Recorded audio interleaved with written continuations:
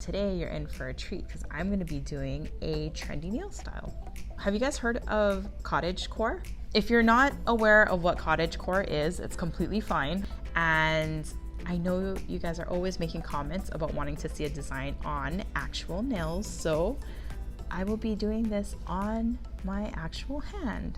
But the look, cottagecore, aka farmcore or countrycore, is basically an aesthetic, you know, much like the 90s grunge era. You can kind of think of it as like your grandma, but like a hip version. It with a lot of greenery, soft floral prints, and I kind of think of it like Stevie Nicks meets like a romanticized version of like Pride and Prejudice, you know?